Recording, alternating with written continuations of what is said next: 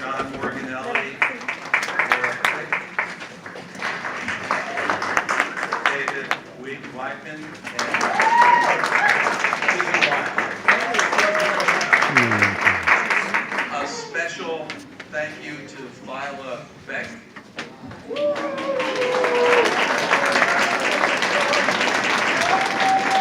Of the Lehigh Valley Medicare for All, she's coordinating this event. She's done a great job.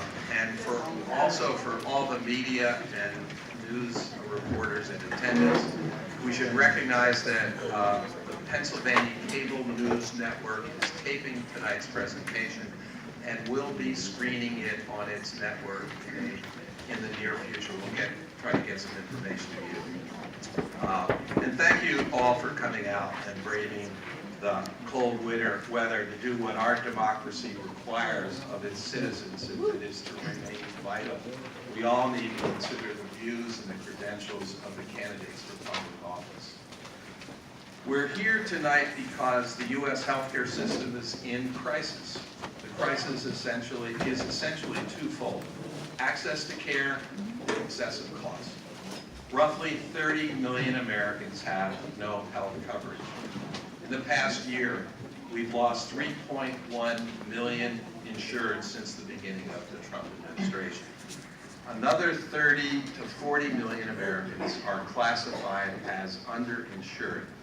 Essentially, they do not have the financial resources to pay high deductibles associated with this new generation of employer-based insurance. Ladies and gentlemen, we have a healthcare system that costs $3.2 trillion to operate. That's $10,000 a year for every man, woman, and child in the United States. Twice the average of the rest of the industrialized world, 18% of our economy. Costs are growing at an alarming rate, 5 to 6% annually, while the overall economy only grows at most at a 3.5% rate. That means by 2030, we could be looking at a healthcare system that costs $5 trillion. We're here because the candidates presenting tonight, if elected, will consider important reforms and will have to pass a budget. The federal government, either through Medicare, Medicaid, CHIP, the VA, or various smaller programs, already pays half of our national health care bill. Over 25%, it's 28%, of our federal budget is now going to health care. National defense, homeland security is around 17-18% in comparison. While our tax dollars fund research on which new pharmaceutical products are based, drug companies are charging us twice as much as other industrialized countries. The result is that 25% of prescriptions that doctors prescribe for their patients go unfilled, and many of our seniors do not take the medications in the proper doses. I'm the CEO of a company that employs 180 people in the United States. Wages have been held flat by the rising cost of insuring employees. My company experiences double-digit increases in its health insurance plan year after year. It now costs $13.50 an hour, $27,000 a year, to provide coverage to an employee at MCS with a family.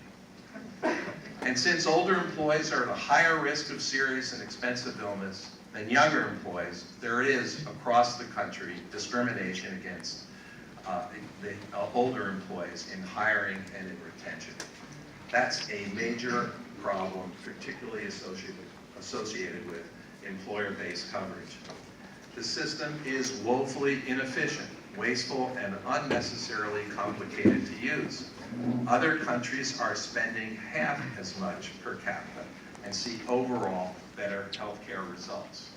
We are the last of non-modern industrialized countries on preventable deaths, and 37th overall according to the World Health Organization rankings.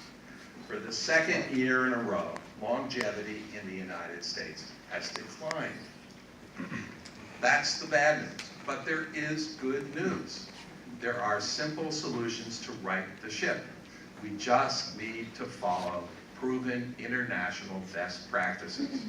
It's been called a lot of names: single payer, universal health care, or Medicare for all. And all industrialized countries in the world use some form of it to finance their healthcare system. No, we are not proposing socialized medicine.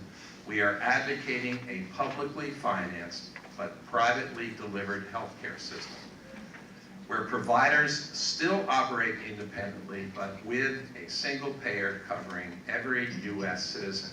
We can address 1/3 of the current system's cost by reducing administration, overhead, and advertising.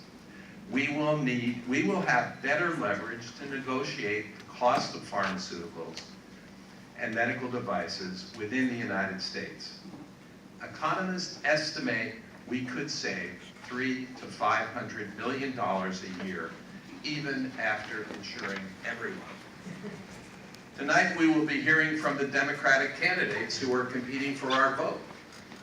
We will be asking them questions about existing proposals in Congress, like the Medicare for All bill, H.R. 676, that 120 members of Congress have co-sponsored. We want a candidate who will pledge to fight for our basic principles.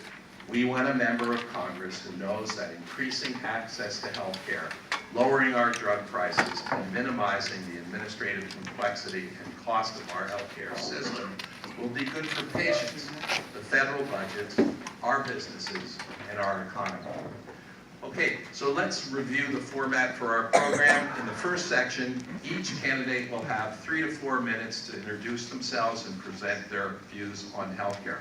I know this isn't a ton of time, but we will give you a 20-second warning before we throw you out the door. No.